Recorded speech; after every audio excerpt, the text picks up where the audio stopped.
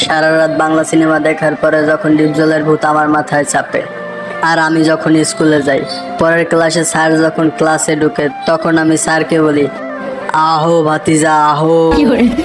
Sir বলে, বেয়াদব, তুই জানোস না আমি তোর টিচার। আমি বললাম, তুই কি আমার ফুটপাতের মাস্তান মনে করছো? তখন স্যার বলল, বেয়াদব। আমি বললাম, তোর মরণের চুনকারি উঠছে রে, তোরে মলম লাগাই দেবো মলম। তখন স্যার বলল, তুই কি চাস? তখন আমি বললাম, তোর কিছুই দিতে হইব না, প্যান খোল। তখন স্যার বলল, তুই কে? আমি বললাম, তুই আমার পরিচয় পাইলে জায়গায় খাড়াই মুইতে দিবি, বর্ণের টাইম পাবি না।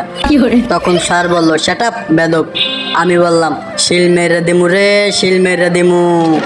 স্যার বলল, বেদব একটা। আমি বললাম, আয় জায়গা পাট খেতে। তখন স্যার বলল, এখনই দাঁড়া, তোর বাপের কাছে ফোন দিয়ে কইতেছি। তখন আমি বললাম, ওই বোকাচোদা কয় কি? স্যার বলল, কি? আমি বললাম, হিসাব বুঝো না, দুধু খাও।